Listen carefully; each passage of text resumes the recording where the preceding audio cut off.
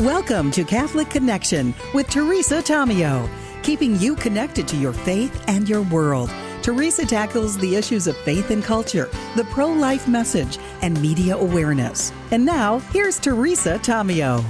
When did it get to be Friday already? My goodness, it's Friday, June 19, 2026. Thank you for listening to EWTN's Catholic Connection here on the EWTN Global Catholic Radio Network. So good to be with you and very excited to have you on the program, or listening to the program, I should say. And if you want to join the program sometime, if you have something to talk about, email me, right? We may have you as a guest. Anyhow, today it is Friday, as I just mentioned, and we have our very own Peter Gagnon joining us, a president of EWTN Studios, with our Inside Word. Always great updates on what's happening, and you can make notes or just make sure you listen closely. And if you, for example, are busy and you're driving, keep your arms and hands inside the vehicle at all times. So just go back to EWTN.com for all the information. So that will be at 16 minutes past the hour after the news and the weather. And then after Peter, we are going to have Fact Check Friday this morning, getting back to that today. Now, if you recall, I think it was Wednesday or maybe Tuesday, the days got away from me, that I read a letter that was written by a young woman in her 30s who's a detransitioner. And she penned a letter that was posted on the Fox News website, on digital, and also on a few other websites, talking about what is going on with her body, how difficult it is for her now, and how she is calling out the so-called plastic surgeon who did this to her. It's a powerful letter. And she also did an excellent interview on her experience with Fox News. We have a clip of that. And the reason I want to play it in Fact Check Friday is because right after Fact Check Friday, we have the blessing of having a pediatrician with us from the American College of Pediatrics, Dr. Quentin Van Meter, who just wrote a big piece about the many problems with medical transitions for minors, the dangerous side effects. So we'll talk with him about that after the Fact Check Friday. But being that we're talking about the media in this segment, if you're listening yesterday, Dr. Ray and I were talking about media issues as well. And one of the big problems, in addition to the sin of omission, is the fact that many in the media just adopt whatever the left says they should adopt in terms of phrasing. And one of them is so-called gender-affirming care.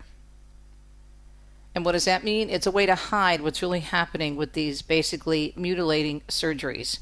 And this witness of this young woman is just another example. More and more of these young people are coming out and speaking the truth to what happened to them, but their lives and their physical makeup now is forever changed. So we'll discuss that in Fact Check Friday. And then, as I mentioned, wrapping up the program with Dr. Quentin Van Meter. Looking forward to that. I'm sure it'll be very, very informative. All right, for hour number 2, I think you're really going to enjoy this clip I found from this young man who became a priest. He was a successful cosmetics developer and owned the company e.l.f., which is an acronym for Eyes, Lips, and Face, a very popular cosmetics line, making millions. And I think at one point he might have even been a billionaire. Had a very profound experience with the Lord, sold everything, gave it to charity, went to the seminary, and now he's a priest. So the story has received quite a bit of coverage, and thanks be to God, the secular media did pick up on it as well. And what I find so beautiful is how he had it all. He had success, he had fame, he had money beyond his wildest dreams. And yet when he had hit the epitome and bought this brand new, huge house filled with everything you can imagine, all kinds of designer furniture and accessories and all the trimmings and the pool and the views, he was having a party to celebrate his new home. And he basically said to himself, is this all there is? You accumulate more and more stuff, and that's it, and you party, and then you do it again, rinse and repeat. So we're going to talk about that because of the beautiful gospel today, which our Lord is telling us to store up our treasures in heaven. And then we'll close the program with our friend, wonderful apologist Tom Nash with Catholic Answers. He's written a powerful piece for CatholicAnswers.com about the return to the natural order, and it's actually a very good piece for the month of June, and we'll explain as we get closer to that interview. Let's take a look at the forecast before we get into the news. We are being told we have life-threatening, potentially catastrophic flash floods expected, and this is along the central Gulf Coast as the remnants of Arthur track across the area. Isolated brief tornadoes and damaging gusts remain possible overnight in the southeast. And then we have isolated to scattered dry thunderstorms that may cause lightning-ignited fires and erratic behavior due to the gusty winds across parts of the west on Friday. That's a look at the forecast on a Friday morning and your rundown as well. It is time to get into the news. Already 5 minutes past the hour on a Friday. So let's get started with the news here on EWTN. A Missouri judge is blocking almost all of the state's abortion restrictions. Jackson County Circuit Court Judge Jerry Zhang upholding the voter-approved so-called Reproductive Freedom Amendment in a ruling yesterday. That decision also restores access to medication abortions for the first time in Missouri since 2018. Meanwhile, the state attorney general is promising her office will appeal the ruling to the Mississippi Supreme Court. EWTN News reporting a survey of U.S. adults who took part in the Order of Christian Initiation of Adults, OCIA, in 2026 found that most were drawn to the Catholic Church, either through a search for meaning and purpose or an attraction to the Church's teaching, liturgy, and historical traditions. Personal growth in goodness, inner peace, and an understanding of truth emerging as some of the strongest motivations for exploring the Catholic faith, according to the report. Why are so many people becoming Catholic? About 85% of respondents said desire to grow closer to the Lord was their primary reason for entering the church, and 77% said they wanted to grow in goodness and virtue. 76% cited a desire for a deeper understanding of truth, and then 72% said they were looking for a greater sense of inner peace. Led by the Archdiocese of Chicago, the survey was conducted from February 22nd to May 31st, including over 2,100 responses from those taking part across 20 U.S. Catholic dioceses. The report did not list a margin of error. In other Catholic news, over in Rome, Devin Watkins reports the Holy Father is encouraging Eastern Rite Catholics to enrich the Church with its spiritual riches and condemns the instability caused by war that forces Christians, he says, to flee their homelands. Pope Leo XIV met Thursday with participants in the plenary session of the Reunion of Aid Agencies for the Oriental Churches, or ROACO. He praised the meeting's focus on the need to support the formation of priests and monks in Eastern seminaries. He said the Eastern Catholic churches have a great gift of spiritual riches to share with the Universal Church, noting that formation of ministers remains essential for growth. However, he said, the Christian East can only be preserved if it is understood, which requires investment in formation. Pope Leo XIV then turned to the heavy burden of war and instability brought about by so many who foment wars.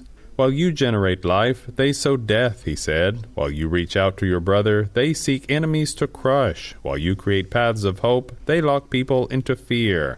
And while you build the future, they destroy the present. The Pope recalled the painful exodus of Eastern Christians from their own lands, caused above all by war, which only creates tragedies forgotten by the world. He then called instability due to war a plague and a scourge that drains the lifeblood of the Eastern churches. Even after a war has ended, he noted, societies remain scarred by the past through the presence of armed gangs, weakened institutions, and manipulative external influences. Pope Leo added that this situation leaves people in precarious situations that weigh most heavily on ordinary families and young people. Finally, the Pope appealed for everyone to reflect on the vast consequences of war and instability, including how violence often backfires on the same people who carry it out. Let us pray to Jesus, the Lord of Peace, he said, and appeal to people's consciences so that they may be moved by indignation and may respect for humanity and a proper sense of civility be restored. I'm Devin Watkins. Talks between the U.S. and Iran set for today in Switzerland have now been called off. Washington and Tehran had planned to meet to discuss today implementing the 14-point agreement between the two nations to end the war. That agreement was signed digitally earlier this week and sets up a 60-day window to hammer out the future of Iran's nuclear program. The vice president saying they canceled the plans to travel to Switzerland overnight, but the White House says it looks forward to beginning the talks as soon as possible. Some news reports from an agency linked to Iranian-backed militant group Hezbollah said the discussions had been canceled because of Israel's ongoing war in Lebanon. That's a key sticking point in negotiating to end the U.S.-Iran conflict. And Mark Mayfield tells us Secretary of War Pete Hegseth says the Pentagon will review U.S. forces and bases in Europe. Speaking at a meeting of NATO officials on Thursday, Hegseth announced the 6-month review, blaming it in part on the shameful inaction of U.S. allies during the war with Iran. He criticized European allies for denying the U.S. the use of certain bases during the war. Hegseth said that the era of free riding in NATO is over. This comes ahead of the NATO summit in Turkey next month. I'm Mark Mayfield. President Trump is awarding the Medal of Honor to 3 brave soldiers. Men who went willingly to the darkest and most dangerous corners on earth to defeat evil so we could live free. In a ceremony at the White House yesterday, the president honoring retired Reconnaissance Marine James Crapers Jr., retired Army Major Nicholas Dockery, and deceased Marine Colonel John W. Ripley. Capers led his team through a deadly ambush in South Vietnam back in 1967.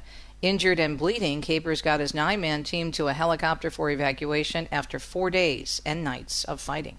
As we approach the 250th anniversary of our founding, we remember that we owe everything to heroes like those we celebrate today. Dockery's platoon, meanwhile, was ambushed by Taliban fighters in Afghanistan, and he risked his life to protect and evacuate 3 wounded members of his platoon. Ripley stalled a North Vietnamese attack in 1972 by blowing up a bridge before the would-be invaders could attack. He passed away in 2008 and received the honor posthumously. And parts of the South, as we mentioned in the weather earlier this morning, bracing for potentially catastrophic and life-threatening floods due to post-tropical storm Arthur. Millions of Americans are at risk of flash flooding from eastern Texas to Georgia. Days of heavy rain are expected to slam communities in Louisiana, Mississippi, and Alabama, with a flash flood threat escalated to a rare level of 4 out of 4 high risk for Mississippi and Alabama coast early this morning. And overall, widespread rain could total 5 to 8 inches across southern Texas to Alabama, and outside of the flash flood risk, there is a possibility of tornadoes across coastal Mississippi and into southern Alabama. And finally, in our news segment this morning, Chris Coraggio tells us screen time is dominating at the dinner table. A new study published in JAMA Pediatrics shows 77% of parents and 68% of children use screens during their last family meal. Experts say this has a negative impact on health because studies show families who regularly eat together without screens have children with better diets and lower risks of substance abuse and better overall health. The survey involved 357 parents who had at least one child between the ages of 4 and 10. I'm Chris Coraggio. And quickly, another story on social media. A federal court is giving Ohio permission to restrict children's use of social media. The 6th U.S. Court of Appeals yesterday overturning a ruling which put Ohio's parent consent law on hold and found that law did not violate free speech protections guaranteed by the First Amendment. The law had been put on hold at the request of the tech industry trade group NetChoice, which said it remains fully confident that the law will ultimately be struck down. And the ruling comes as countries around the world have started restricting children's access to social media over mental health concerns. We'll be following up on this story, especially social media interfering with mealtime, next week on Catholic Connection. Up next, our Inside Word with our very own Peter Gagnon. Stay tuned.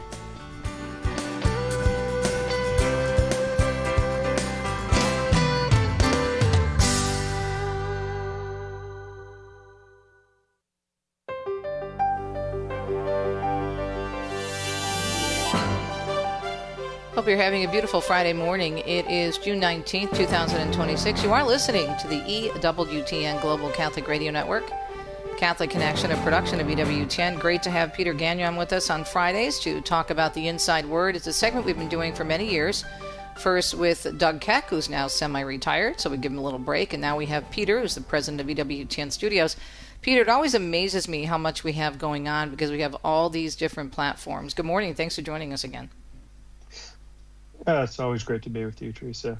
Yeah, all right, so what's coming up? So many ways for, just like you were saying, so many ways for people to find such great content that we have, and we have some really, really interesting programs coming up in this week. Starting tomorrow, we have a a neat program on Thomas More called and it's The Trial and Death of a Leading Citizen. It's a new special, and it's kind of reflecting on his final months. And where just he was so steadfast, right, with his conscience, and he just had like spiritual wit throughout it all, and his courageous fidelity, to the church through it all. So it's a great program. Airs tomorrow at 2 p.m. Eastern. So people should really learn more about Thomas More because he's such a great example, especially in these times. Another program we have airing tomorrow at 8 p.m. in our cinema slot. So that's kind of the evening kind of movie slot where families can come together and watch films. It's called Slaves and Kings. It's a St. Anthony Mary Claret story. So it's really a great story. It's an inspiring life. He's a Spanish missionary. He was Archbishop of Santiago in Cuba. He preached against slavery. He risked his death at the hands of the corrupt authorities, and it's really an inspiring story. So that's tomorrow at 8 p.m. Eastern. Another thing, coming off the papal visit, to Spain in Pope Leo is really, I think, just in the forefront of people's minds. We have a weekly program called Vaticano, if people aren't aware of it, where we kind of highlight what's going on in the church, and particularly at the Vatican. And this week, because it kind of ties into the World Cup happening, they explore Pope Leo's call to prayer in the values of sports, right? So it'll be interesting to get his insights on sports and the correct approach to it. And so that airs on Sunday at 4 p.m. Eastern. So Vaticano, and it's one that people should check out each week if possible. And then this is going to be interesting. So next week, the Women of Grace from Monday through Friday is going to be focused on feminism in the church. So, Jeanette sits down with Carrie Gress. I know you've had her on a number of times. Yeah, she's great. And you've done a lot on this topic yourself, and it's still there. The feminism in Christianity don't really collaborate. Yeah. And so she wrote a book called Something Wicked: Why Feminism Can't Be Fused with Christianity. And so it'll be very interesting, I think, for the audience to sit down and get a true understanding of what that is and what is true femininity, right? And so tune into Women of Grace. And then another miniseries we have next week is the late Father Brian Mullady, who is great, but he looks at Christian social order. So what is the nature of the Catholic social doctrine? And how peace can be maintained in society if you follow these proper principles. Finally, I want to highlight just a couple of things on our on-demand platform. So one is Catholics and Cappuccinos. So Siobhan has this week Monsignor James Shea, who's just fantastic. He's so awesome. Good. He's great. And so she sits down with him. Yeah. And so he's fantastic. And him and Siobhan just really got along well, and it's a great podcast, so people can check that out. That'll be hitting on Wednesday, the 25th. And then if people haven't seen it, go to our on-demand EWTN.com or EWTN Plus, the platform, to check out the Born Again Identity. That's with Ryan Bethea, who also did he's probably known more from the Exorcist Files podcasts that he has on YouTube, but he sits down with Father Gregory Pine, who's fantastic, and they just they talk about who am I? What is my role in life? What is God calling me to do? And Father Pine's just so good. So we're keep on adding new episodes to that platform. So check it out on EWTN Plus or EWTN.com. So how do you, so that's kind of the highlights. Decide of what's going to be like with all the different platforms that we have now in terms of content? I mean, are you accepting ideas? Do you have one person assigned to looking? Because I know we give a lot of great exposure to new podcasts and things like that. How do you decide that? Because there's so much out there, Peter.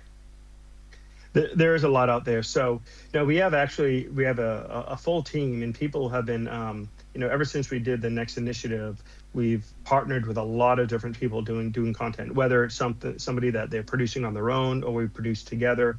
And we've had them, like Ryan Penny has been a great coordinator with me for reaching out and connecting with Catholic creatives. And our goal is to build up the Catholic creative community to continue to do really great content.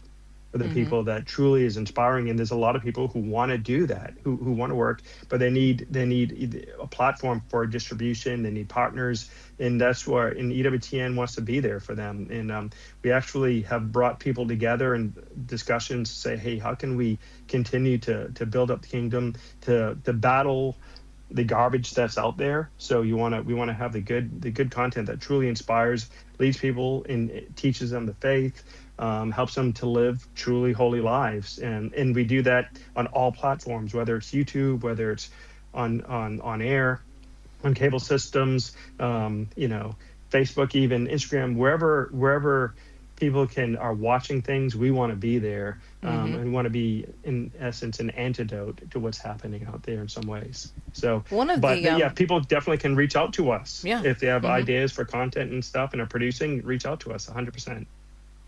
We're talking with the president of EWTN Studios, of our own Peter Gagnon. He brings us the inside word every Friday to let us know what's going on. One last question. I want to make a point. I don't think a lot of people, we know it inside. Maybe some people do if they're interested in communications or maybe teach journalism. But something that you do that's truly wonderful is every year in Rome, you host something called the EWTN Summer Academy. And I'm honored to be a speaker next week. I'm speaking next Wednesday.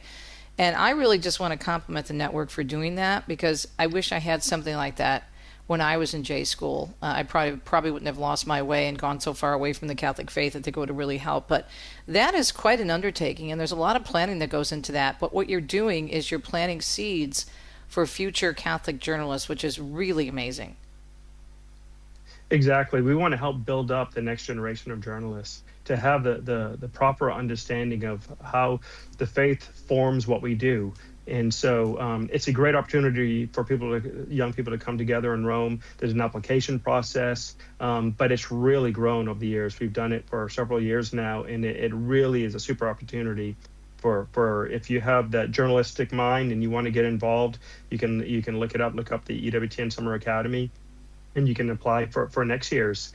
And I'm so great that you're speaking there to help teach them. And we really bring in some really top-notch speakers like yourself people who have a lot of experience in this area to help build them up and, like I say, create the next generation, because they're going to be out there after they leave this academy, and they're going to be going to school and getting into jobs, and they're going to be bringing this perspective with them, which is what we want. As you can imagine, it's kind of crazy, because I'm doing a pretty broad presentation called, Presenting on Radio, TV, and New Media.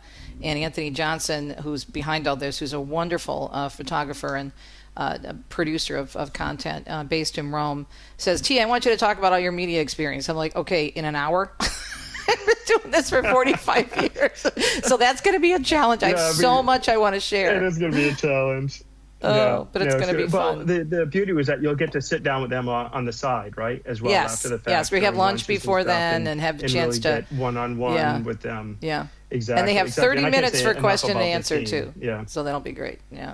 But. Well, that's good. That's good. And I know, like I said, I know several people who have attended it, and it's just really, in essence, transformed their approach to journalism, and they've gained so much about it. And who doesn't love to be in Rome also, right? Even though it's a little warm this time. No, and I can't say enough about our team at the Vatican, who has put that together, and what they do day in and day out to bring, the church to the world. I'm going to be a little tough on them, though, Peter. Well, so. I know when they do their stand-ups or their look lives, they use a teleprompter, but I'm going to tell them do it without the prompter. I want to see you do it without the prompter. Because they have to learn how to do that. That's awesome, Teresa. Yeah. I appreciate it. Of course. Yep. So. Well, God bless you, Peter. Have a great weekend. Looking forward to next week. Peter Gagnon, our president of EWTN Studios, of the Inside Word. And that's just another thing we do. Really, really helping young people who might be interested in Catholic journalism. We'll be right back.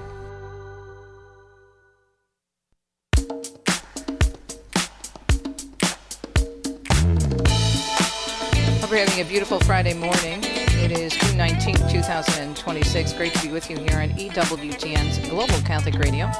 Catholic Connection, again, is a production of this very network. Okay, so here we are, Fact Check Friday. Coming up, as I mentioned earlier at the top of the hour, we have an excellent guest to further expand this topic and help us understand the horror that's going on with young people who are feeling pressured to have these very dangerous surgeries and take all these medications which have very serious side effects. Dr. Quentin Van Meter with the American College of Pediatrics, different from the American Academy of Pediatrics, a whole different organization. This is the American College of Pediatrics. So we're going to talk about medical transitions in minors that have dangerous side effects. He's going to get into detail with us with that.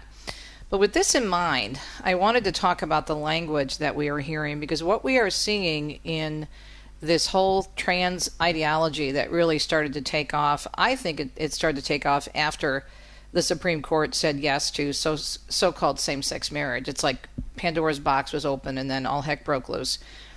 And so here we have it so many years later, so many people being impacted by this in so many different ways. One of the ways is people have been convinced, and Dr. Ray Guarendi mentioned this in our interview yesterday, and we were talking about media, mentioned that people just get suckered in. They very easily fall victim to the language. There's an interesting quote that many attribute to Jim Morrison of the Doors, the late Jim Morrison. He said, if you control the language, you control the mind. And I think that is very true. I think I have that quote in my book, Noise, as a matter of fact. How many times do we hear about gender-affirming care? Or how many times do we hear reproductive rights? It's the same thing. There is a big, I would say, how do you want to say, the same situation developing or has been developing with this whole transgender ideology that we've seen the past 60 years with abortion. These phrases that have become so commonplace in our language, in our education, in the media, where they're accepted and the truth is ignored, is camouflaged. The same with this phrase, gender-affirming care. Trying to make it sound like it's, oh, good, we're trying to affirm them and who they really are, and we're providing these opportunities for them to properly identify with themselves. In the meantime, what they're doing is they're destroying lives physically and emotionally. Case in point would be this young woman who's come forward. Her name is Claire Abernathy. She's speaking out. She has a whole, I would say, ministry, not from a Christian perspective, but she is really now out there talking about this. She penned a letter recently. She put it on a few websites, including Fox Digital, and she addressed it to her so-called, I'd say, plastic surgeon. In the letter, she doesn't even refer to him as a doctor. We read the letter for you, I think it was on Tuesday or Wednesday. But I want to play for you now, and thinking about the media language, thinking about how the media have convinced so many people, the media and the medical community and politicians as well. But really the media have an awful lot to do with it, which ties in with, of course, our segment today on Fact Check Friday. And the way they have really convinced people that this truly is gender-affirming care, when nothing could be further from the truth. This is a recent interview she did after her letter to this plastic surgeon was released, an interview she did on Fox News. I think it was about 2 weeks ago, and Richard's going to share a portion of that with us right now. On foxnews.com, quote, at 14, I endured gender-affirming care. I'll suffer with that for the rest of my life. And detransitioner Claire Abernathy joins us now. Claire, thank you so much for being with us. Tell us a little bit about what you went through. So I endured a fairly rough childhood. I suffered a number of traumas, and I had ADHD and an eating disorder, some suicidal ideation, and whenever I was 12 years old, I sort of got fixated on the idea of being transgender, and by the time I turned 14, I was approved for testosterone and a double mastectomy. Mm. And Claire, I think it's such a tough position for a young person like you to be in, a tough position for parents as well. What is the role of parents in something like this? Well, many parents are just trying to do what's best for their child. They're maybe a little bit too trusting in professionals, people with white coats and degrees. But there are parents with nefarious intent involved in this. The term transhausen was not coined for nothing. So What would your message to a parent be? And I know two families on both sides of this. One very concerned about a transitioning or a child who is committed to transitioning. One very encouraging of a child who's transitioning. What would your message to those parents be? This is a massive medical scandal. The doctors have misled the American public. They've misled parents. They've misled these children into thinking that this is good and right and healthy for their children, and it isn't. And I think on some level, everybody knows that. Everybody who sees the consequences in these children knows that it's wrong. Would you, Claire, support the right of anybody over the age of 18, over the age of 21 to transition if they want to? Is your focus purely on saying to the medical industry and to parents, do not let this happen physically to your children when their brains are not fully formed and they're going through all the kinds of emotional highs and lows that teenagers go through? My focus in policy and in my public activism is on children. I think with adults it's a more complicated conversation. There is no evidence that the benefit of these procedures outweighs the cost. So I do not think that it should be considered medically necessary or paid for by public or private insurance. But I think it should be considered a form of cosmetic surgery.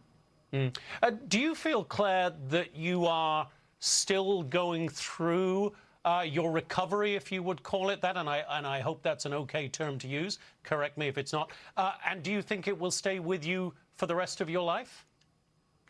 Yeah, I mean, I've been off of testosterone for 5 years now. I'm 7 years post-mastectomy, and I live every day with the consequences. I have a hard time speaking. My voice frequently hurts. It's kind of been lost. I've been doing a lot of media the past few days, and I deal with a range of urologic and gynecologic complications that are going to stay with me for the rest of my life.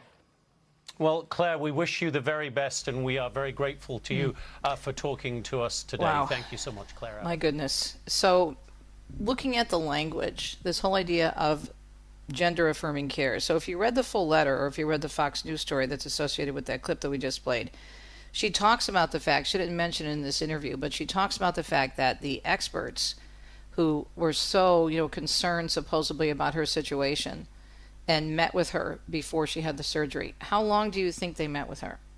3 hours, couple of sessions, come back, really examine her. 15 minutes. 15 minutes before the process began. And this is what's called gender-affirming care.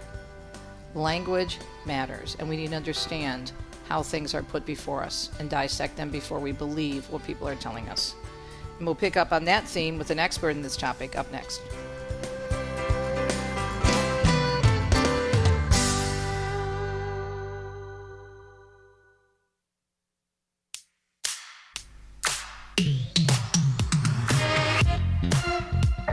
Welcome back, Catholic Connection. It is a Friday morning. Great to be with you. And it's super important, as I mentioned, for us to understand language. And this whole idea of gender-affirming care is just so out of control in terms of it just had a life of its own and still does in many ways. Although I think we're starting to see some pushback from this, thanks be to God, with people like, as I mentioned, Claire Abernathy, whom we featured in the last segment, and also this powerful letter that she put out there and the interviews she's been doing with various media. She's another detransitioner very similar to the journey of Chloe Cole, who's been out there for quite some time now. And it's super important, again, for us to understand the language, how it's misused, how it's applied, and how it, again, takes on a whole life of its own, but also to understand what is really going on in these surgeries. And that's why we have the expert on with us, or one of the top experts on with us, an amazingly man dedicated to the truth about the human person. Dr. Quentin Van Meter, immediate past president of the American College of Pediatrics. Doctor, you have so much experience. You've been an endocrinologist for 46 years. When did you first, and thanks for joining us, by the way, and you recently penned an excellent piece on the American College of Pediatrics website. When did you first become interested in investigating what was happening with these types of surgeries? Thanks for joining us. Well, it was actually the whole enchilada, if you will, of social transition, medical interventions, and then surgical interventions that began surfacing in children right around 2004 in what we call throwaway journals. These are things written for pediatricians. They were journals they get at no cost, sponsored by the drug industry. That had little snippets of various and sundry things that pediatricians might be interested in. It was a broad spectrum, from asthma to eczema to stool problems, et cetera, and they had an article on how to handle the transgender child. That piqued my interest because I knew the author of that particular piece and knew that she was up in Boston. I kind of filed that away and said, what is this all about? Where is this coming from? This has been something that died many years before in the late 70s, early 80s at Johns Hopkins. Mm-hmm. And I then attended a conference in New York, a combined conference of the European Pediatric Endocrine Society and the American Pediatric Endocrine Society. And there was a presentation by Norman Spack from Boston who espoused this kind of care model, if you will, of taking a child who is born in the wrong body, so-called, and making them successful and happy by socially, medically, and surgically transitioning them to appear to be the opposite sex. That blew my mind. That session, there was no ability for us to make questions at the end to say, hey, what are you talking about? Where did you get this from? And that was the beginning of the transgender clinics in the United States. So I began delving into that, and very shortly thereafter, within a year or two, we had guidelines from our Endocrine Society, Professional Society, to which I belong, saying this is how you care for these kids, and recommending, a social transition, then medical interventions by blocking puberty first, and then cross-sex hormones to make the body appear to be the opposite sex, and finally, at some future age, initially at the age of consent, which was 18 years, you could then have surgical removal of the parts of your body that didn't align with with who you thought you were as a sex, male or female. So it began to mushroom, and it just within 10 years we had not just one clinic up in Boston, we had 30 or 40 clinics scattered around academic centers in the U.S. And I began really being very vocal about this and standing up and saying, wait a minute, this is the emperor's new clothes. There is no person born in with a brain of the opposite sex in the wrong body. This is literally taking a psychological aspect and medicalizing it, and then really transforming the lives of these individuals into long-term misery with medical conditions and infertility and no ability to have any sexual function. And I began speaking out about it, and I was targeted by the Southern Poverty Law Center as a bigoted hater with a long editorial about my scandalous past, etc. Oh, yeah, there's such a reputable group. Yeah, Yeah, We don't have time to go into that, but go ahead. So at any rate, it's been a battle since the American College of Pediatricians took the first strong stand as a professional organization to say this is wrong. This is essentially abusing a child to do this. There is no scientific basis. And the issue here is that, like your prior guest spoke about using the language, gender-affirming care is not that. It's sex-rejecting care. It is not even care at all. It's harm. And so physicians take the Hippocratic Oath says, above all, do no harm. This is harming a child, somebody who has a perfectly healthy body, and basically ruining it. First of all, disrupting the family with social transition, disrupting that child's circle of social friends.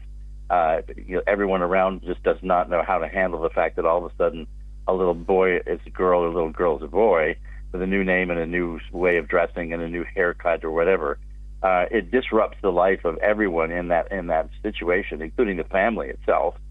And then you go on for the medical treatments, and you basically begin inducing diseases, long-term diseases, by doing things with their body and hormone levels that are exceptionally high, way, way beyond the physiology of that human body.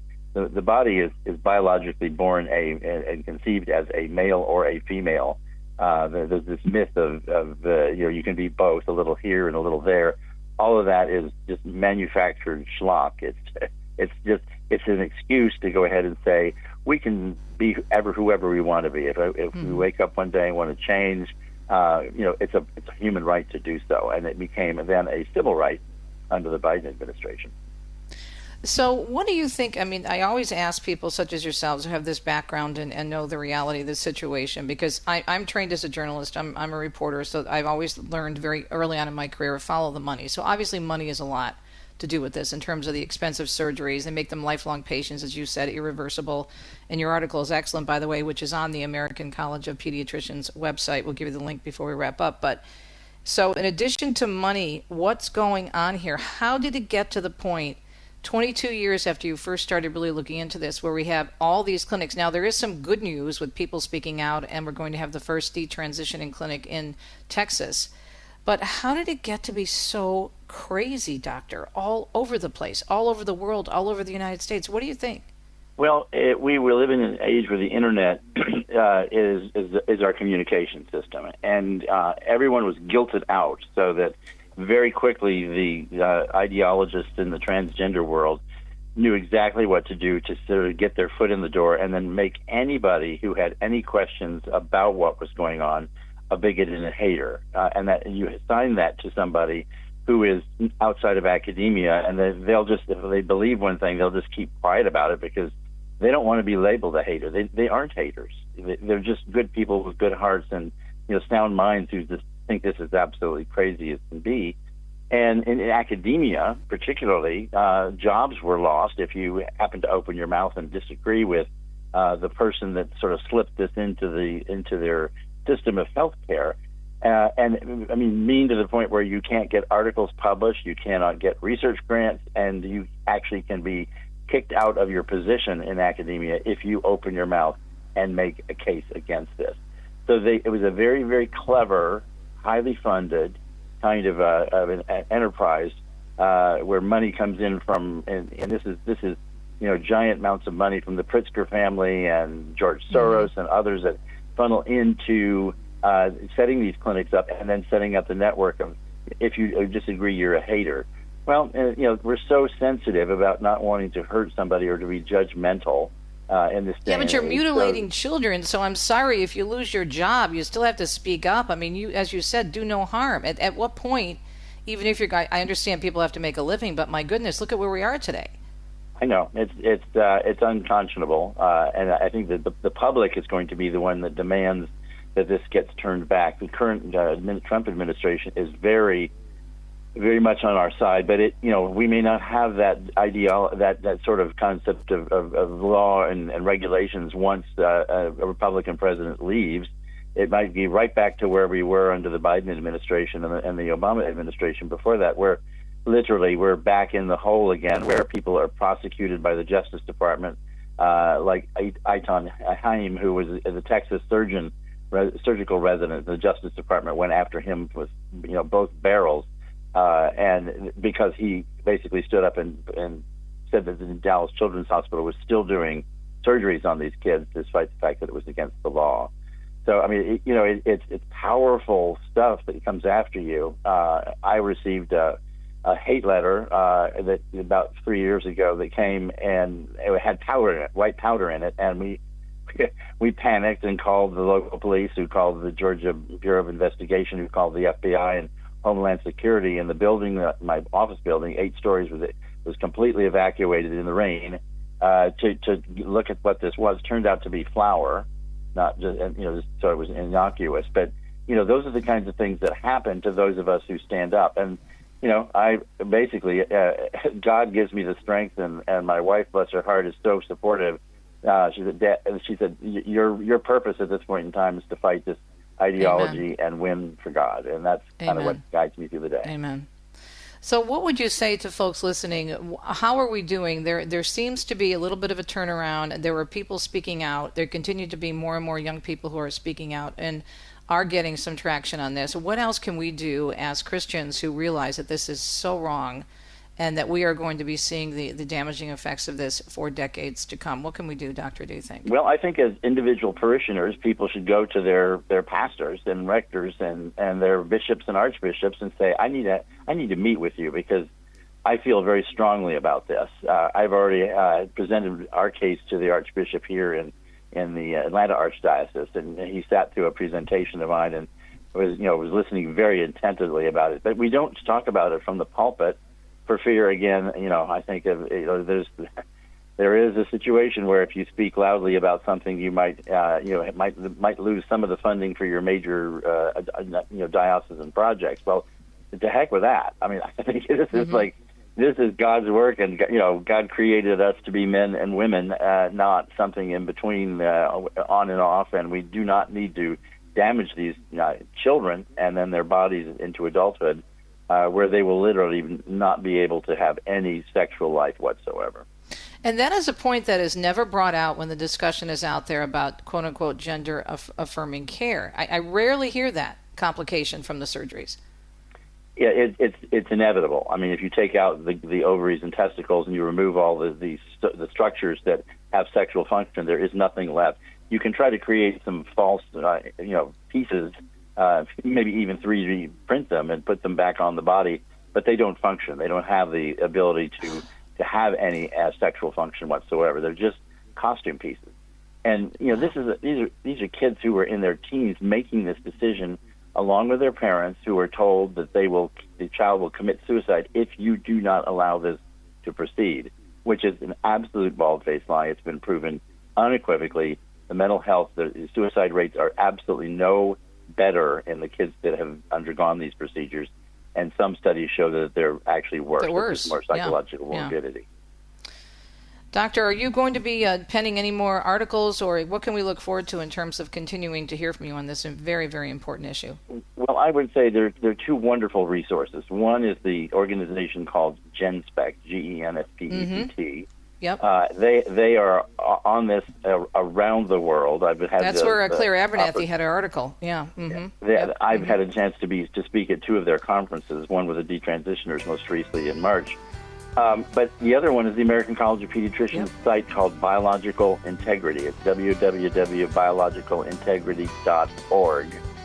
And it has a resource that is updated weekly with all of the newest That's great. They're both literature. Great. Doctor, we're out of time, but boy, I want to have you back on. Thank you so much, and God bless you for your courage in doing no harm. We'll be right back.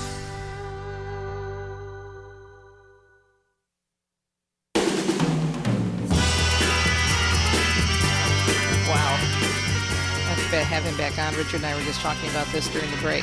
The American College of Pediatricians does a fantastic job, and he mentioned their website as well, okay, which is, I'm trying to see if I have it here.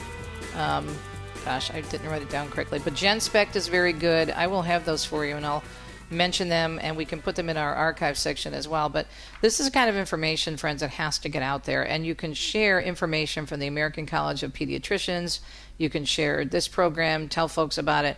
We need to get beyond this language, which is so important, because the media, the culture, the politicians way, way, way left of center who have been pushing this for decades, and the medical community, which is making lots of money, right? So thank you, Richard. Appreciate it. acpeds.org is the American College of Pediatricians. ACPDEDS. Thanks so much. Anyway, we've got to keep this out there. I'm so upset. This just really gets my Italian up. But anyway, moving right along. Some good news. Okay, so we have an interesting interview that we are going to share with you that was done with a wonderful new priest who was a former cosmetics mogul. An amazing young man who totally turned his life around, and I want to tie it into the gospel for today about not putting, obviously, your treasures in the world, but in heaven. This is a gospel message from our Lord today, and it's such a beautiful story of someone giving everything up for God. I mean, everything.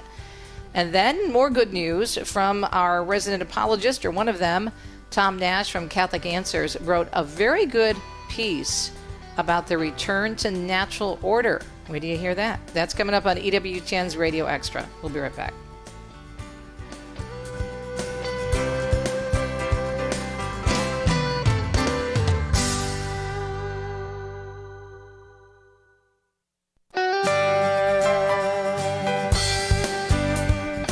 Welcome to Catholic Connection with Teresa Tomeo, keeping you connected to your faith and your world. Teresa tackles the issues of faith and culture, the pro-life message, and media awareness. And now, here's Teresa Tomeo. And it's hour number 2 on a Friday of Catholic Connection here on EWTN Radio Extra. Thanks so much for joining us. Coming up in 2 cents, I think you're going to really get a lot out of what we're going to be sharing with you. We have a beautiful interview, and I'm so grateful. I have to give credit where credit is due, that some of the media are picking up on this powerful story of this conversion of this young former business executive, cosmetics mogul, who was a multi-millionaire and gave it all up for God, more specifically the Catholic Church and the priesthood. There was a beautiful interview that CBS News aired. We'll share a portion of that with you. And also, we're going to share the gospel today because it ties right in with our Lord saying, store up those treasures in heaven, not in worldliness. And we'll explain.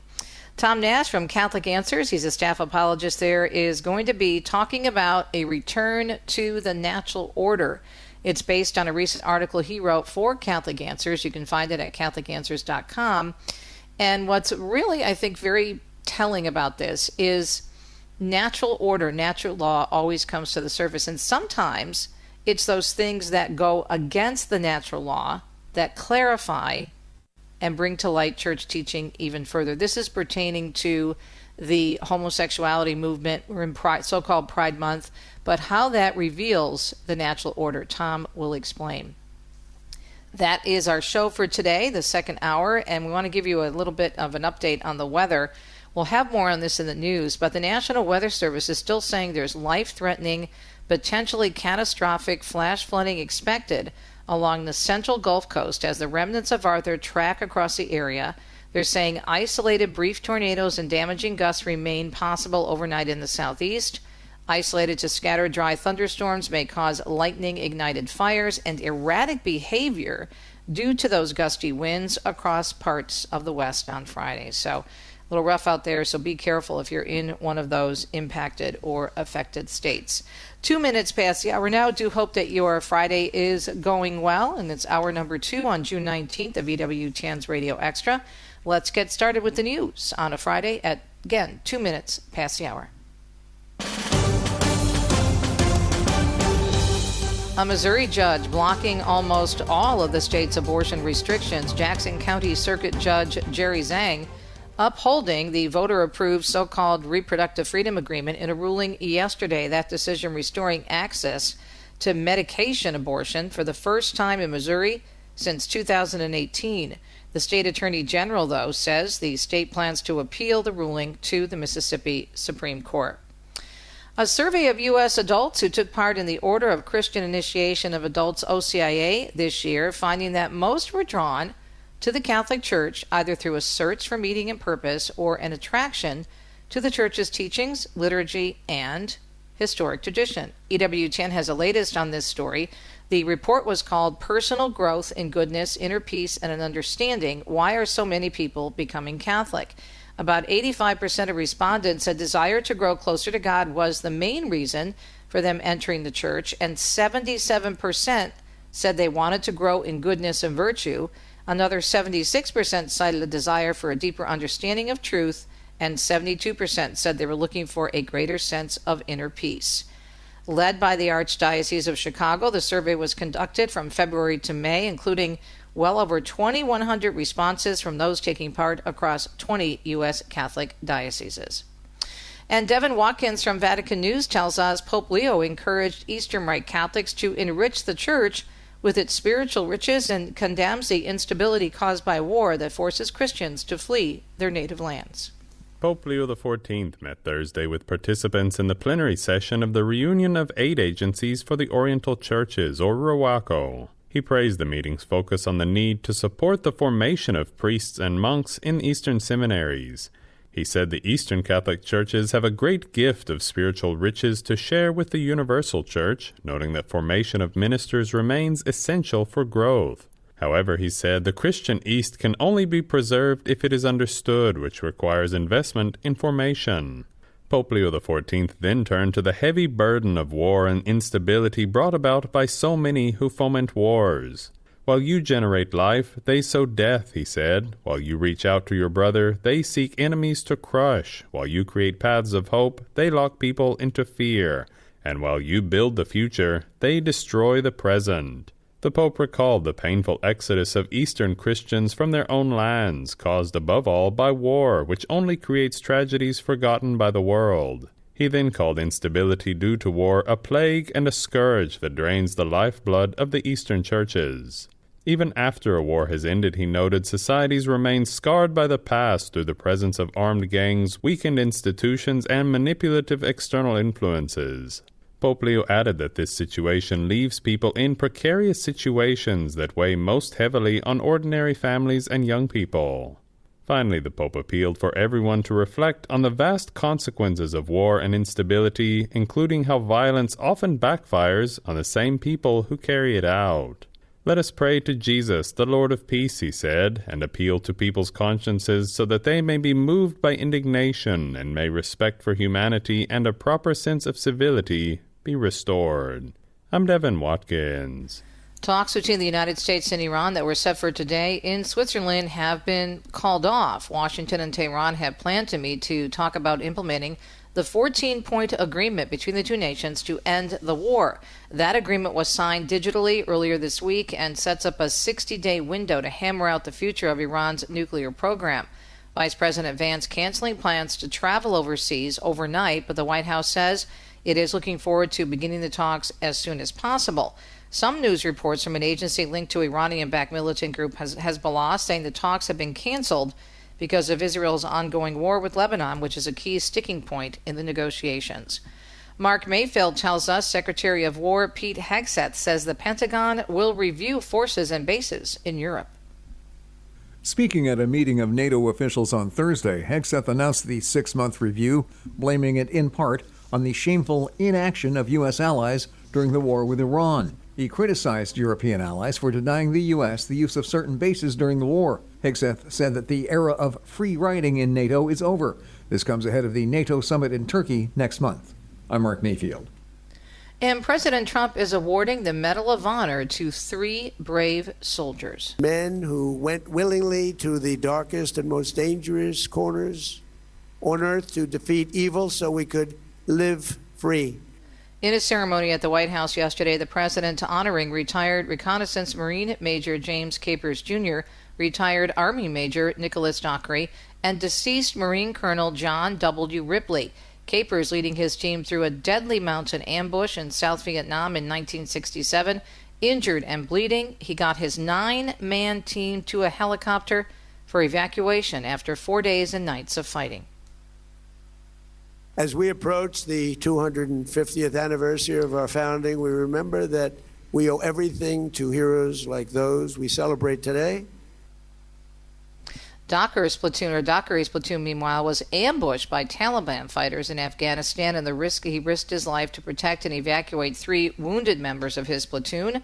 Ripley stalled at North Vietnamese attack in 1972 by blowing up a bridge before the would-be invaders could attack. He passed away in 2008 and received the honor posthumously. A little bit more on the weather. Parts of the South are bracing for those potentially catastrophic and life-threatening floods that are due to post-tropical storm Arthur. Millions of Americans are at risk of flash flooding from eastern Texas to Georgia. Days of heavy rain, the National Weather Service says, are expected to slam communities in Louisiana, Mississippi, and Alabama, with a flash flood threat escalated to a rare level 4 out of 4 high risk for both Mississippi and Alabama and their coastal areas this morning. Overall, widespread rainfall could total 5 to 8 inches across southern Texas to Alabama, and outside that flash flood risk, there's also a possibility of tornadoes across coastal parts of Mississippi and in the southern part of Alabama. Chris Coraggio tells us that screen time is apparently dominating dinner time. A new study published in JAMA Pediatrics shows 77% of parents and 68% of children use screens during their last family meal. Experts say this has a negative impact on health because studies show families who regularly eat together without screens have children with better diets and lower risks of substance abuse and better overall health. The survey involved 357 parents who had at least one child between the ages of 4 and 10. I'm Chris Coraggio.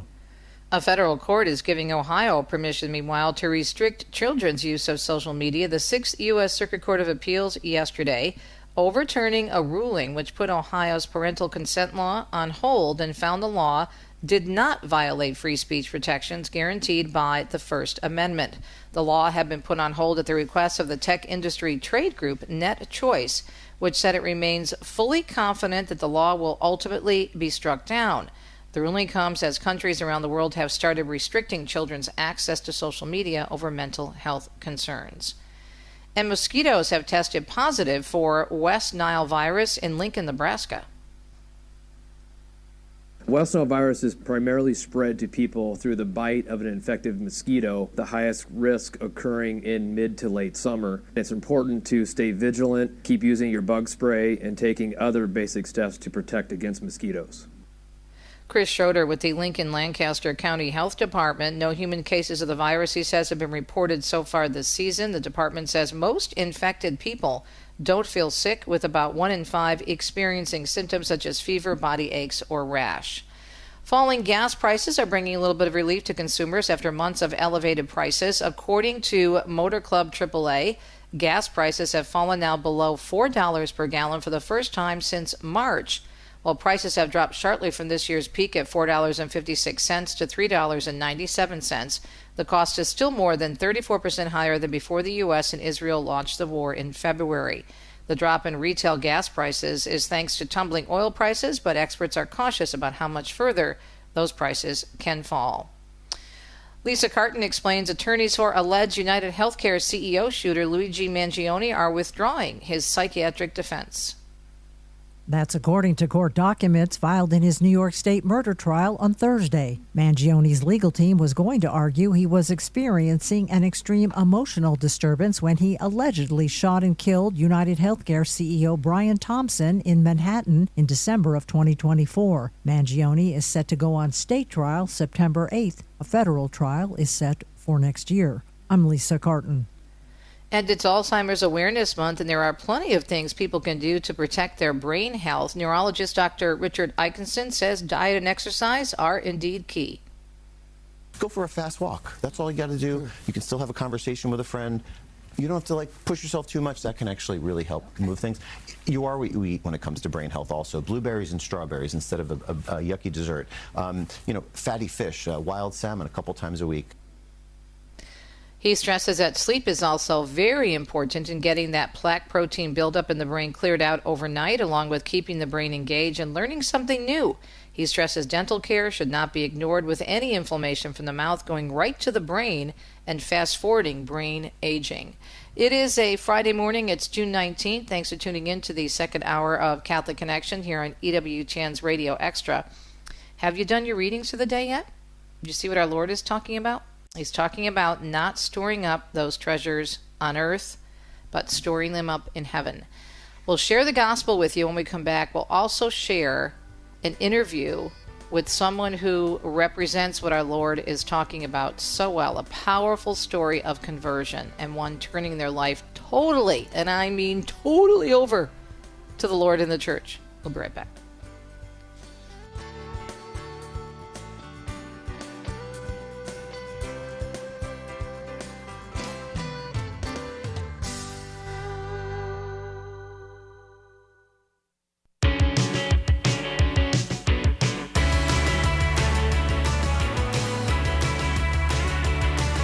Hope you're having a great day.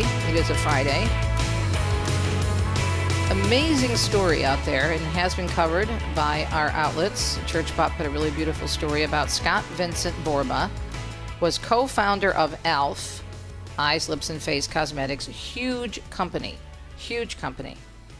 But last month, May 23rd, after leaving his successful business career and donating his wealth to charity, he becomes a priest. How does that happen? Well, let's start with the reading for today, okay?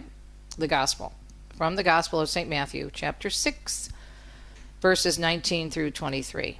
Jesus said to his disciples, "Do not store up for yourselves treasures on earth, where moth and decay destroy, and thieves break in and steal, but store up treasures in heaven, where neither moth nor decay destroy, nor thieves break in and steal, for where your treasure is, there also will your heart be. The lamp of the body is the eye. If your eye is sound, your whole body will be filled with light. But if your eye is bad, your whole body will be in darkness. And if the light in you is darkness, how great will the darkness be? And this is exactly how this millionaire, and I think at one point when he was still involved in the cosmetics industry, he even became a billionaire. This is how he felt. If the light in you is darkness, how great will the darkness be? The turning point in his life came, he had accumulated so much fame in terms of in Hollywood and in the beauty industry, fashion industry. You know, Elf was a very successful company, still is, eyes, lips, and face. He was doing all kinds of things with makeup for the top stars. He was just, the it guy in that part of the world. And he celebrated by buying a brand new home, building this amazing mansion, great views, great accessories, expensive detail, and decided to throw a party. And he has this party, and all of a sudden it hits him, okay, now what? Is that all there is, as that old song used to say? Anybody listening right now who is struggling and who feels that they've gotten to the point in their life where they've had a certain amount of success and they've done what the world has told them to do, but you're still searching and you're still longing, we get it. I've been there. My husband and I have been there. This priest has been there. Many of us on this network have been there.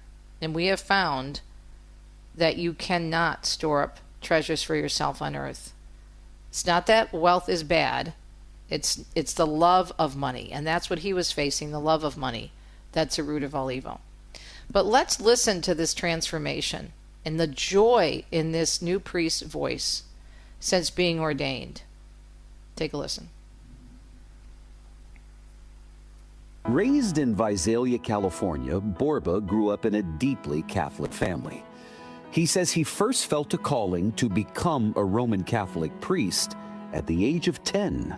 I knew God was telling me at that moment that he wanted me to be his priest, but I immediately challenged it back and said, I am not that guy. I ran away from him for quite a long time.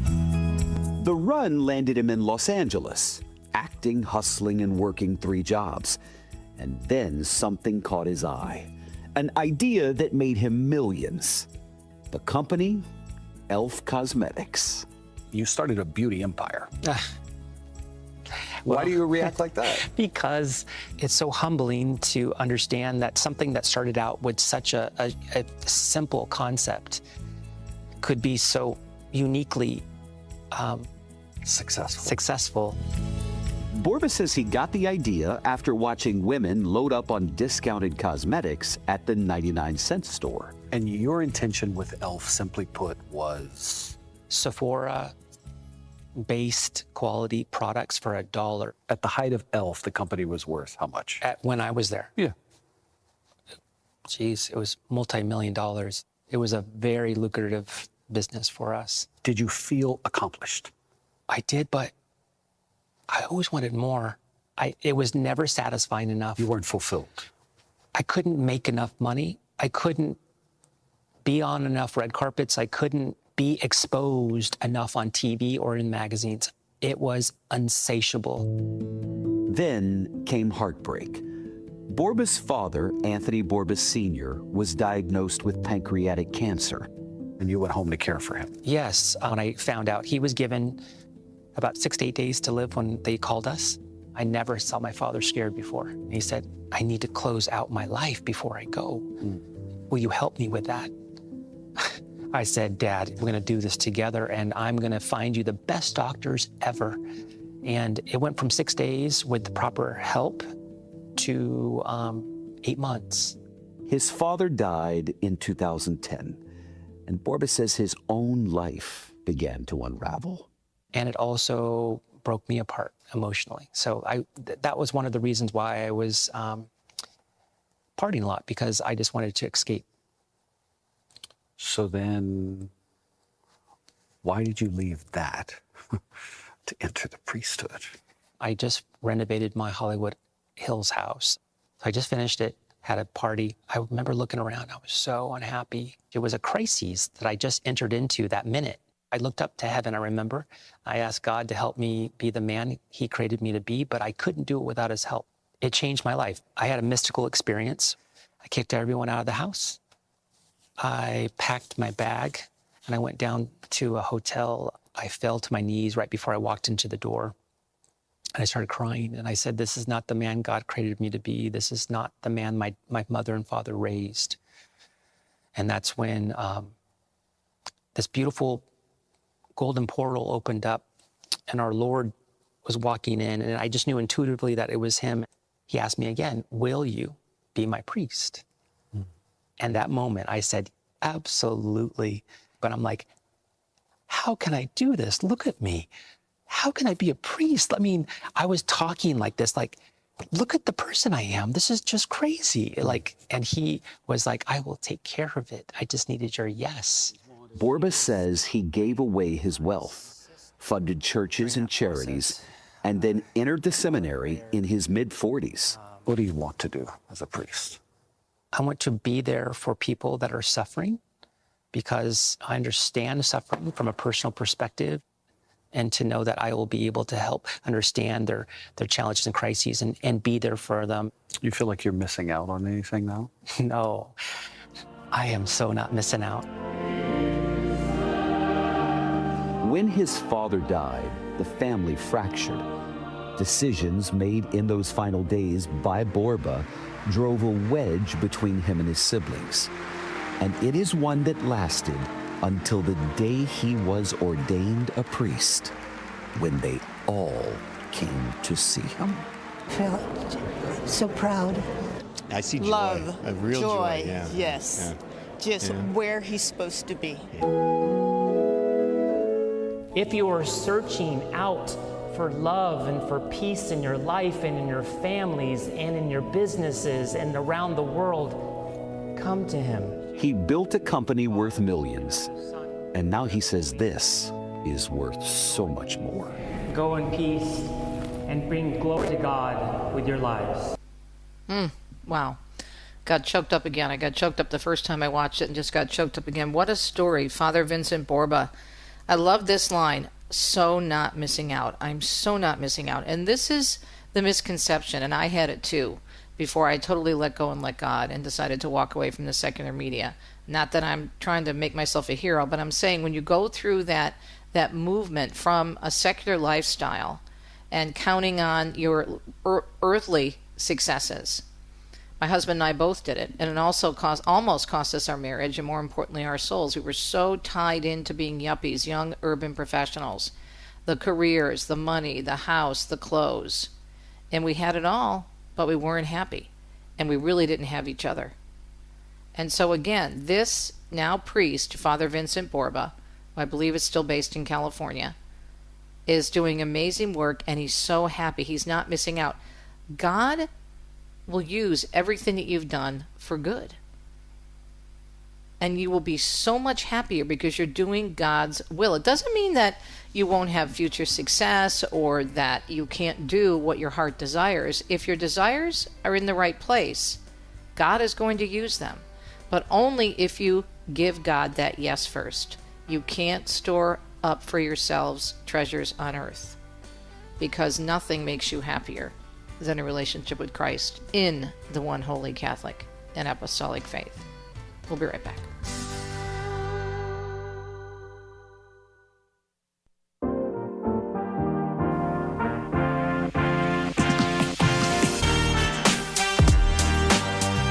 Minutes past the hour. You know, we were just talking in the previous segment, in the 2 Cent segment, about this wonderful man who became a priest after earning so much money and so much fame, and nothing satisfied except the relationship with the Lord. And Tom Nash, this is really what your article is about when you get right down to it. Nature, the natural order reveals itself, and people, I think, eventually, if they stop and think about it, look at their own lifestyles, look at the reality of human nature and how we were designed, eventually they do come to accept it, at least on some level. So tell us why you wrote this particular article. First of all, where can we find it? You can find it at Catholic.com. It's called In Verdi Veritas. There's the saying in vino veritas, so I did a play on that. In drinking wine, there is truth. And Truth, oftentimes right. people drink too much, they speak their mind, for better or for worse. And then in Vidal Veritas, named after Gore Vidal, I chose that title because, given the play on words, and because he is speaking the truth. And he's, for people who don't know him, he was a rather famous writer. He died in 2012. He was identified as homosexual, and yet, even though he and his best friend of 53 years were, shall we say, recreational with other people, what they found themselves is, for their friendship, after an initial encounter, that they decided to live as, brother and brother, that they lived a chaste lifestyle. And so that was crucial to keeping themselves together. And I thought, as you mentioned, following the natural law, that here were two people who were not Catholic, and yet, because we're all made in God's image and likeness, found out that for true fulfillment, true friendship, that wasn't a part, that was a divisive aspect of life, that would break up friendships instead of foster friendships, in contrast to the marital act, which brings together a husband and wife and keeps them together. And so that for him to live this lifestyle, as he said, he is, I get the specific quote where he says, I've always made a point to never have sex with a friend. You can always get somebody for sex. He's being rather blunt. You're not going to make many friends in life in any case, and having sex with them wrecks it. So it's easy to stay in a friendship when sex plays no part, and impossible, I have observed, when it does. So to hear him speak like that is profound. And, I'm old enough to remember back in the 1970s when people say, just get out of our bedroom. We don't want anything to do with your bourgeois traditional marriage. And there was some truth. There's some truth to that, because I think they were saying they understood, I think deep down, that sodomy does not unite, it divides. And this is, my point is to try to say, to Teresa's sake, hey, maybe you have a deep friendship with them. Maybe so-and-so is your best friend, but you're best off with that person when you're living as chaste brothers or chaste sisters, and your friendship is going to be a true one and a better one than if you try to mirror true marriage. And as a result, I think that it's interesting how, as I wrote on different social media posts, that this is how Gore Vidal, how a homosexual writer, affirms Catholic teaching, unexpectedly. And you say here also, therefore, any attempt to sanctify sodomy from some church leaders does a grave disservice, whether to those romantically involved or to those who are otherwise malformed in the process. And this, I think, is a really, really important point.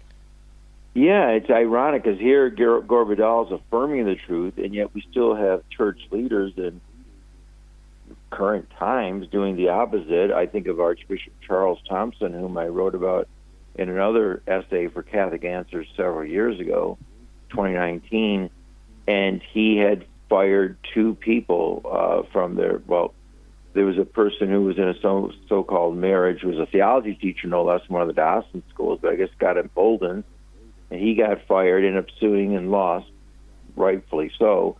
But there was also a person who wasn't a theology teacher, but still a teacher, and therefore a role model, Teresa, at Brebeuf University, Brebeuf, which is short for St. John de Brebeuf, one of the North American martyrs, and that is a Jesuit school down in Indianapolis.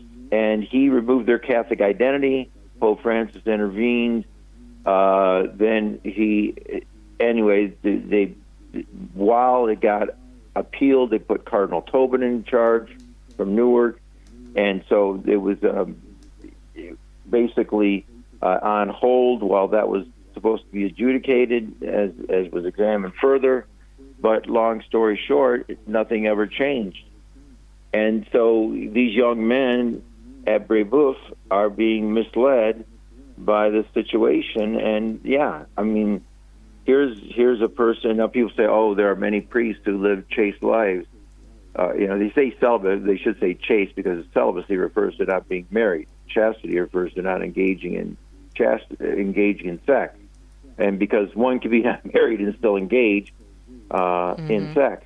And unfortunately, the point is what you identify as gay, as LGBT, as opposed to I am made in God's image, like I am a child of God, I am a male or female, then you're identifying with a lifestyle of movement that is not consistent with the gospel. And all of us have to live, as you know, all of us have to live chastity according to our lifestyle. That's including for me as a single person, a single man. And, I still have hope of being married. But whatever the case is, I know that I am fulfilled in Christ, and my friendships, particularly with women, are, if I'm not married, then I am called to be brother and sister with them, not something, playing house. Mm-hmm. And so Isn't this it is the amazing problem. how I don't mean to interrupt you, but we have about 2 minutes left. Amazing Sure. how these situations and someone like a Gore Vidal can highlight the truth of the church teaching. Yeah, and it is true. And I think you see with other people. I mentioned Paul Darrow, who is our friend from Purge. Mm-hmm. He's been on the EWTN. He's interviewed by the National Catholic Register. I got to meet him in my EWTN theology days when we reviewed some programs of Courage. And he talks about how he, as I say, lived the life with gusto, in short, the homosexual lifestyle. And yet his friend, his longtime first partner, but now longtime, good friend, but they're living a chaste lifestyle, and God liberated him from the same-sex attraction. He talks about how he became so peaceful. And here was a man who was living the high life, so to speak. He was a very high-paid fashion model. He talked about living as husband and wife with your husband, a secular lifestyle. He was very successful secular-wise, and yet, Studio 54 and all that back in the late 70s, early 80s. Mm-hmm. And he found it very, very wanting. It was only by coming back to the church, reconciling it, and realizing the truth that sets me free by partaking of the Holy Eucharist and the other sacraments, and having true friendships, including with his longtime roommate, that he found true joy anew. And it is remarkable, and I think it's a telling thing. And when I read about this some time ago, hold on, we have to take a break. I also want to talk to you about some new information about why new Catholics are joining the church. I want your expertise, opinion on that. There's a beautiful article on EWTNnews.com today. We'll be right back. More with Tom Nash.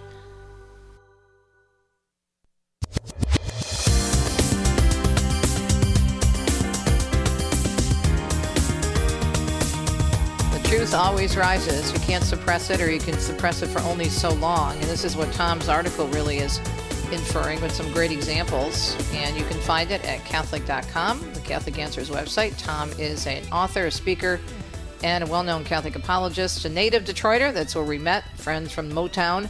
Latest article, June 16th, it was posted in Verdi Veritas.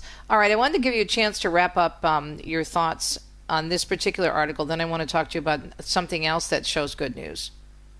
Yeah, just that when I learned about Gore Vidal and how living chastely enabled him to maintain his friendship with Howard Austin after they had an initial sexual encounter, that they stayed brother and brother, best friends, that chastity was fundamental to that, and that he pointed out that, not that he didn't engage in sodomy, God have mercy, with other people, but if he wanted to have a friendship, particularly with his best friend, that sodomy does not unite. Whereas we see now, we can talk about people say, well, look, at people fornicate, people commit adultery. Yeah, that's not good either. But the marital act is ordered. We can see the complementarity, the two become one, right?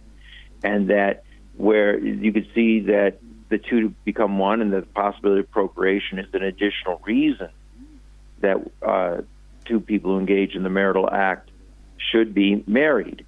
And so the complementarity, the giving, the receiving, that the expression of love is ordered toward life, whereas the act of sodomy, there is no complementary. It is absent. And that is not surprising why I would say this does not unite. If you want to be friends with someone, he's found it impossible to, when sex, that is sodomy, homosexual sex, plays a part of it. So this is, again, to try to affirm, because so many times people will hear, the worst expression is Westboro Baptist, God have mercy, and God have mercy on the man who led that Baptist church in Topeka, Kansas for many years, where you just condemn people who have same-sex attraction. And my point was to say, hey, you can have a real friendship between two women and two men, and you can affirm it in people who live chastely and ideally apart, because there could be a near occasion of grave sin. But in any event, that there can be between two men and two women a deep friendship, and this is to affirm like, hey, you've got a good friendship here. Don't wreck it. Don't undermine it. Learn from Gore Vidal in that regard. And I had known about, when I learned about his life some years back, that the 53 years together and being chaste was crucial to it. I said, wow, this is important. And it also is an affirmation of church teaching about premarital chastity as well. I was just going to say that, because it's not just about the church teaching on same-sex attraction. Is the church teaching on why we say what we say and teach what we teach regarding that the sex between a man and a woman, conjugal act, is for married couples and married couples married, in the church. And it's just so important to see this, because as you said earlier, Tom, and I just want to wrap up because I have another story that I want to get your, I want to get your opinion. We need to see this, and this is how, if we have eyes to see and ears to hear. Like, for example, every time I see the reports from the Centers for Disease Control that come out every single year, epidemic STIs, every year. And what do they say? They say we need more birth control. That's the problem. It's not helping. Why do we need? How is that working for us? So the truth comes out in these different stories, and we have to have eyes to see them. So, right? What do you think? Yeah, absolutely. You mentioned about that. I give blood periodically, and you see the different questions you have to ask. It's like a reminder of why you live the way you live, and because it's all about, they don't want you engaging in immoral acts of whatever sort. And this is an affirmation, because for people who are heterosexual, who are men and women attracted to each other, if they engage in intimacy, there's the love hormone, as they call it, oxytocin, that can bond, and it can passions take over, and then they don't there's an attraction, but it gets distorted because they're leading with their passions instead of with their virtue and with being centered in God, and so they end up in bad relationships, and it's hard to walk away from them. Right. So you can see the bad side from the heterosexual perspective as well. Yeah.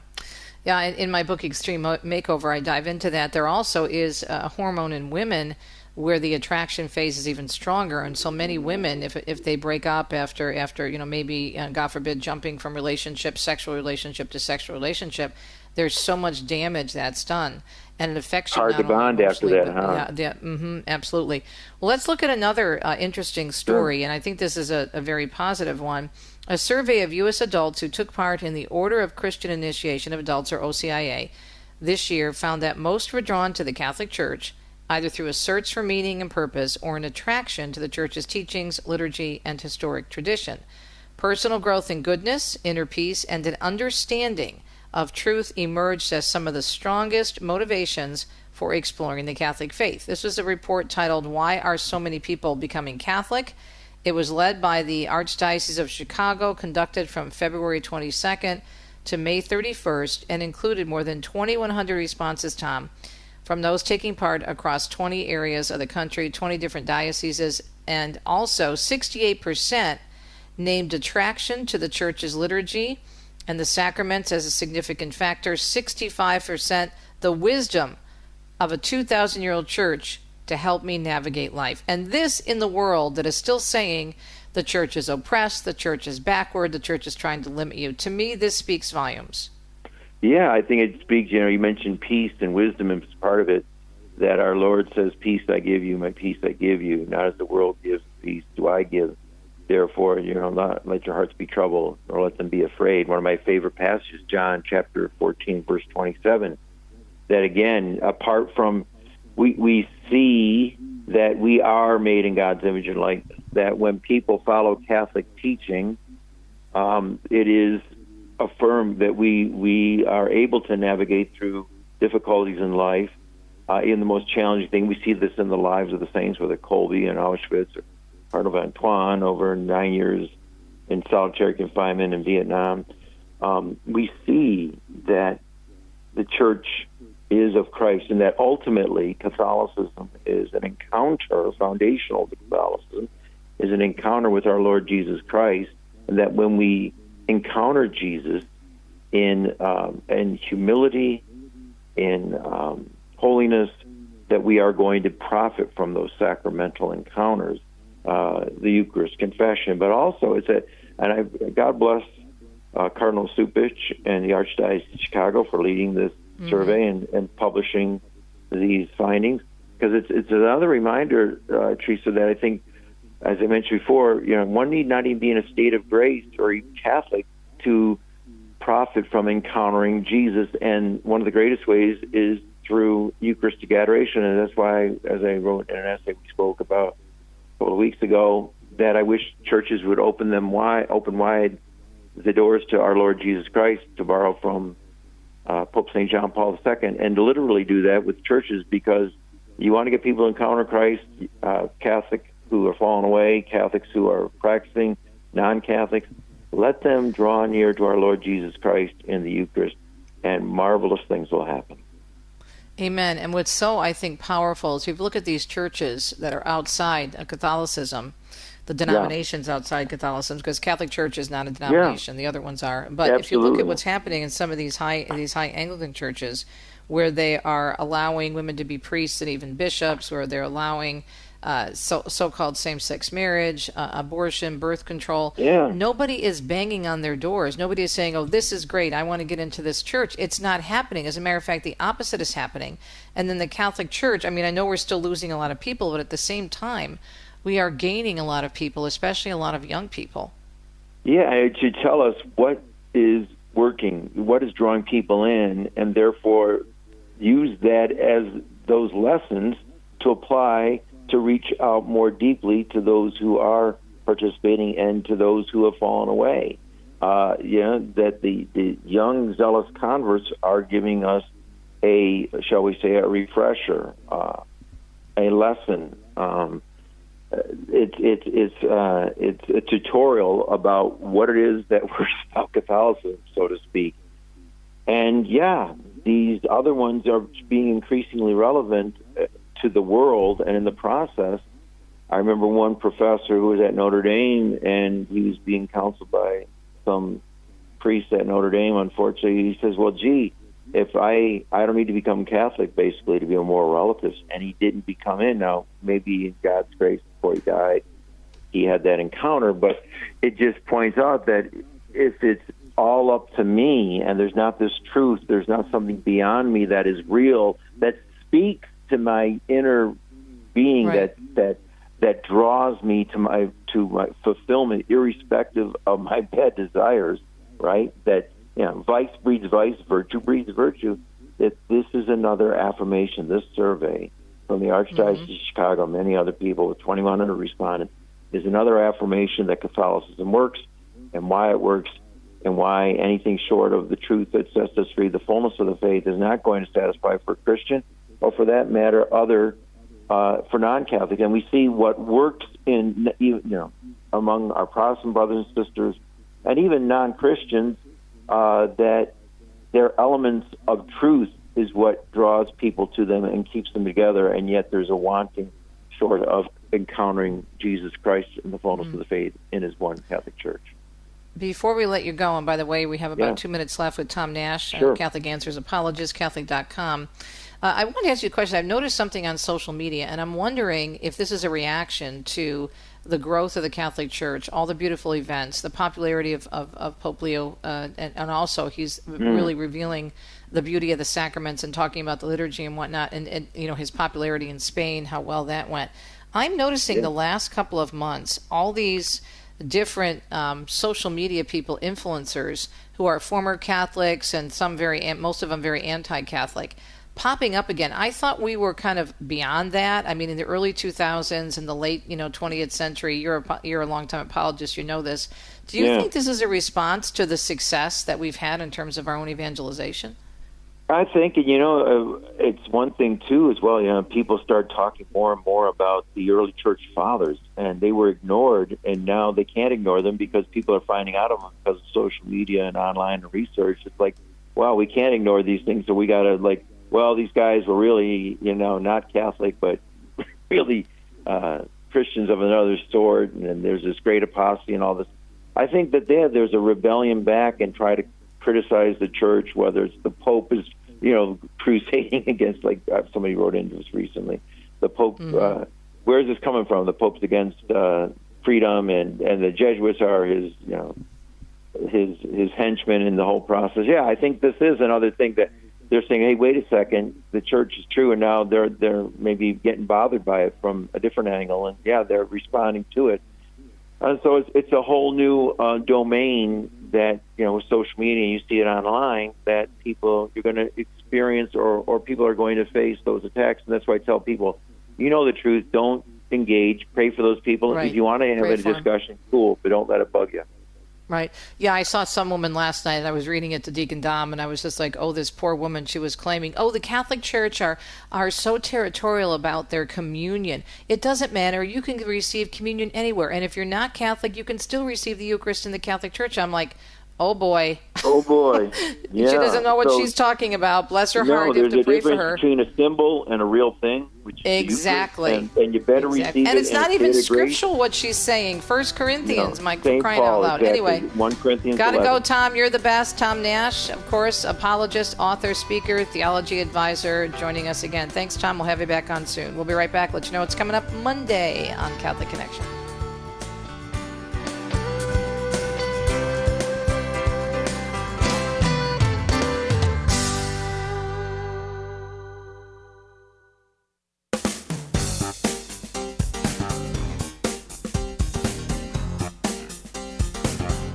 Hope you've enjoyed our programming for both hours this morning, hour number 1 and hour number 2 here on EWTN's Radio Extra. The week went by fast, probably because I'm just getting older. Matt Swain, of course, of the Sunrise Morning Show, heard every morning on EWTN, will be joining us as always on Mondays. He is the producer of The Journey Home, seen on Monday evenings on EWTN.